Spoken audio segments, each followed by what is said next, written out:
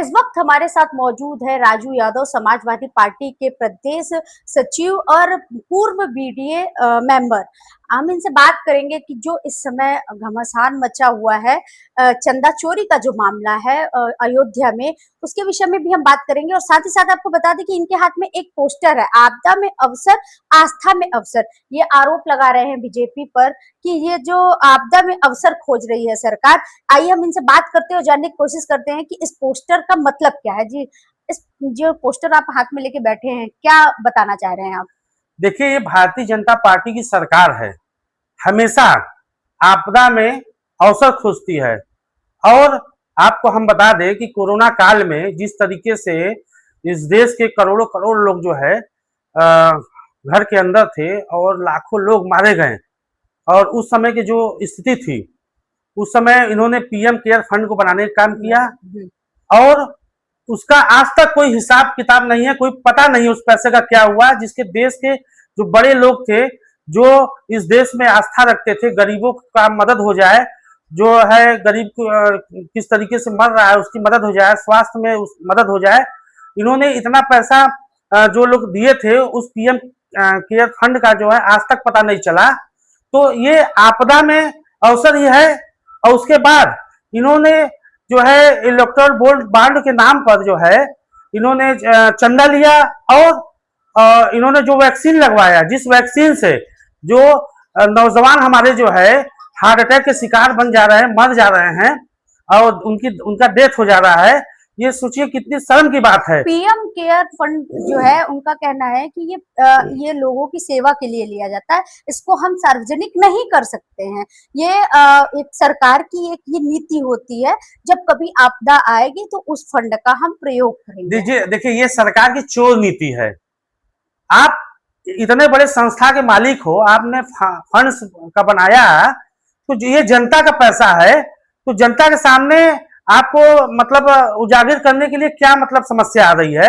इसका मतलब आप उस फंड को जो है डकाल लिए, चोरी कर गए, उस फंड को खा गए आप लोग। और सबसे बड़ी बात, जिस प्रभु श्री राम के नाम पर इन्होंने इस देश की सत्ता पर काबिज किया, इस प्रदेश की सत्ता पर इन्होंने काबिज किया, उसमें आस्था में अवसर, ये तो हद हो गया। आस्था में अवसर भी खोज लिया। आप देख रहे हैं कि कितना इन्होंने चढ़ावा चोरी करने का काम किया। प्रभु श्री राम इनको माफ करने का काम नहीं करेगा। आप आस्था में अवसर की बात कर रहे हैं, तो लोगों का मानना है, कुछ लोगों का मानना है कि सरकार को नहीं पता चला, वहां के लोगों को नहीं पता चला, और अखिलेश यादव ने सबसे पहले इस चीज का उजागर कैसे किया? अब देखिए, मैं कहना चाह रहा हूं कि सरकार जिसके पास सारी व्यवस्थाएं हैं, आईबी है और सारी व्यवस्थाएं हैं, खुफिया विभाग है, वो सरकार को पता नहीं चल रहा है।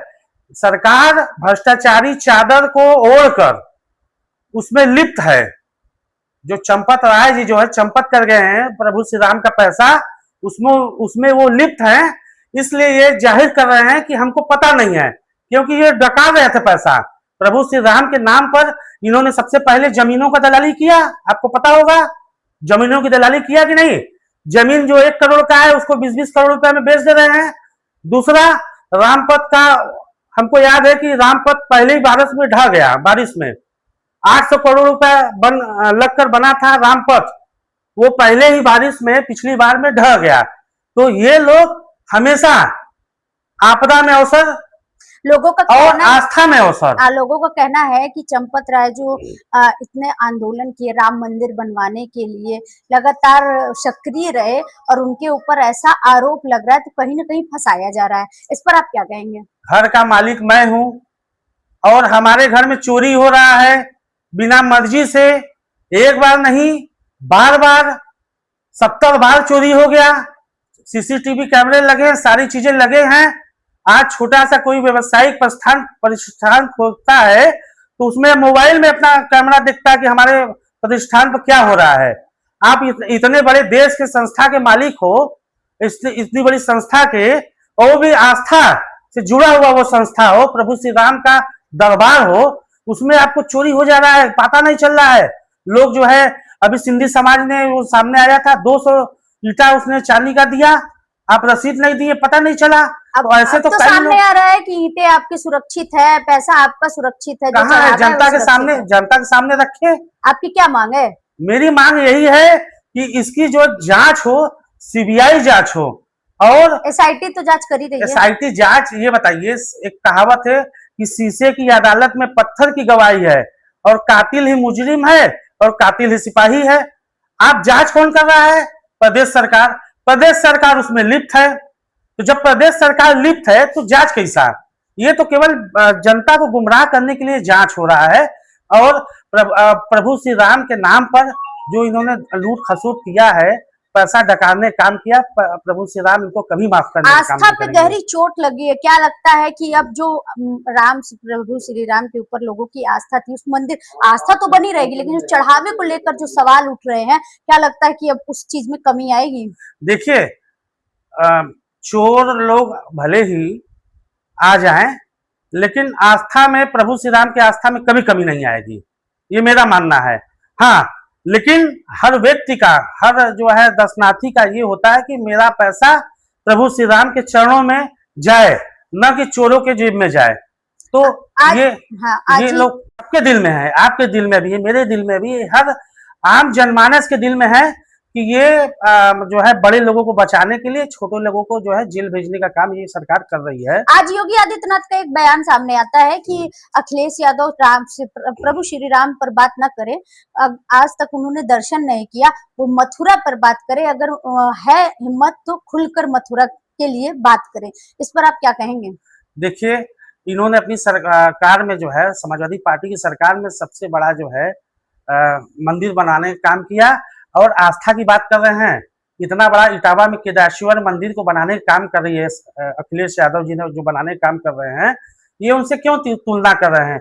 ये तो भगवान श्री राम को आगे करके जो लोग दलाली खाने का काम कर रहे हैं। मतलब भगवान श्री राम के नाम पर दलाली हो रही है। और क्या, इतना बड़ा जो है अयोध्या में जो प्रकरण हो गया, अब तक तो सारे लोगों को सलाखों के पीछे होना चाहिए था, क्योंकि प्रभु श्री राम के नाम पर इन्होंने सत्ता में काबिज ये लोग आए थे, और उत्तर प्रदेश और देश की सरकार में इन्होंने बनाने का काम किया था प्रभु के नाम पर। लेकिन उसी प्रभु के नाम पर ये लोग दलाली खाने का काम कर रहे हैं। भगवान इन लोग कभी माफ करने का काम नहीं, तो साथ ये खिलवाड़ हो रहा है।